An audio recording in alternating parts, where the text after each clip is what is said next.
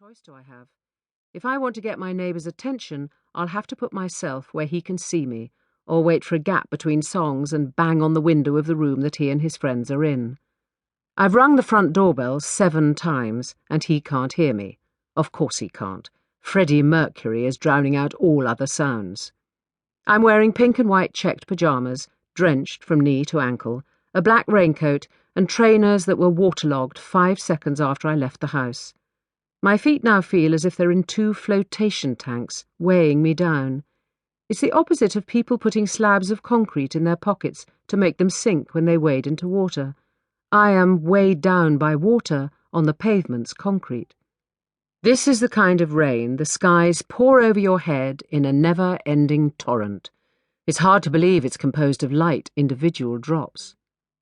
I can't help laughing at the absurdity of it, as Freddie Mercury invites me to give him a call if I want to have a good time. The problem is that my definition of a good time differs greatly from the song's and from Mr. Fahrenheit's.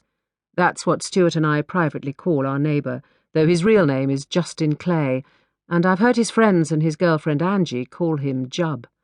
My definition of a good time is being able to get into bed whenever I want to, yes, even quite early on a Saturday night, and for there to be no pounding rock anthems booming through my wall, preventing me from getting to sleep. It only happens every 2 or 3 Saturdays. Thankfully, Mr. Fahrenheit spends at least every other weekend at Angie's house. But when her kids are with their dad, Angie comes to stay at number 19, and it's party time. Or at least it sounds to me like a party whenever it happens. Sometimes they decide to make the most of their child-free weekends and play loud music on 2 consecutive nights, Friday and Saturday. Mr. Fahrenheit assures me that it's never a party, always a little get-together.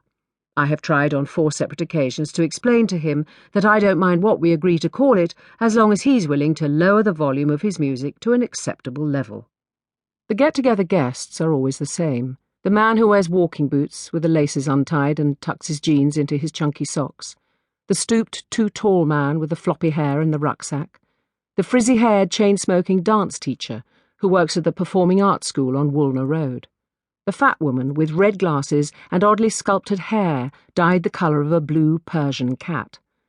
And Mr. Fahrenheit always plays the same songs for them to sing and shout along to, though, to be fair, he does vary the order. 9 to 5 by Dolly Parton, Livin' on a Prayer by Bon Jovi, Blondie's Heart of Glass, Aha's Take on Me, Love Shack by the B-52s, Video Killed the Radio Star, I can't remember who that one's by. At the centrepiece of his every musical gathering, Don't Stop Me Now by Queen, which expresses my noisy neighbour's attitude to life far better than he himself does. I'm sure he hasn't analysed the lyrics as I have, but I don't think it can be a coincidence that he is a ruthlessly selfish hedonist, and the song he blasts out more often than any other, usually 2 or 3 times on a party night, is a hymn to his ideology.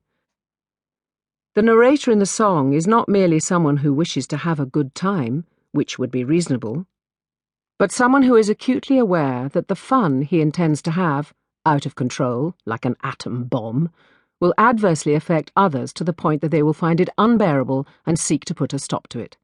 He anticipates this and makes it clear that he only wants to hear from those who agree with him about what constitutes a good time. Stuart would say, has said, often, that it's only a song and I'm reading too much into it. The inaccuracy of the criticism irritates me. The menacing lyrics are there for anyone and everyone to hear. There's nothing ambiguous about them. Stuart would be closer to the truth if he accused me not of finding meaning in the words that isn't there, but of imagining that Don't Stop Me Now is more than a song, which is, of course, scientifically impossible.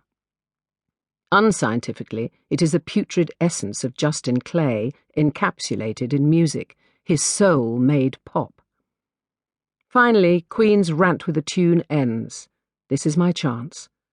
I know from experience that one song never follows swiftly on from another on these evenings. Efficient DJing is not one of Mr. Fahrenheit's strengths.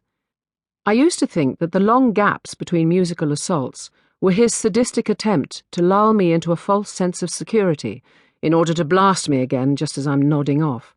But that was unfair of me. I underestimated how long it takes to transfer the various ingredients of an unrolled spliff from a lap to a coffee table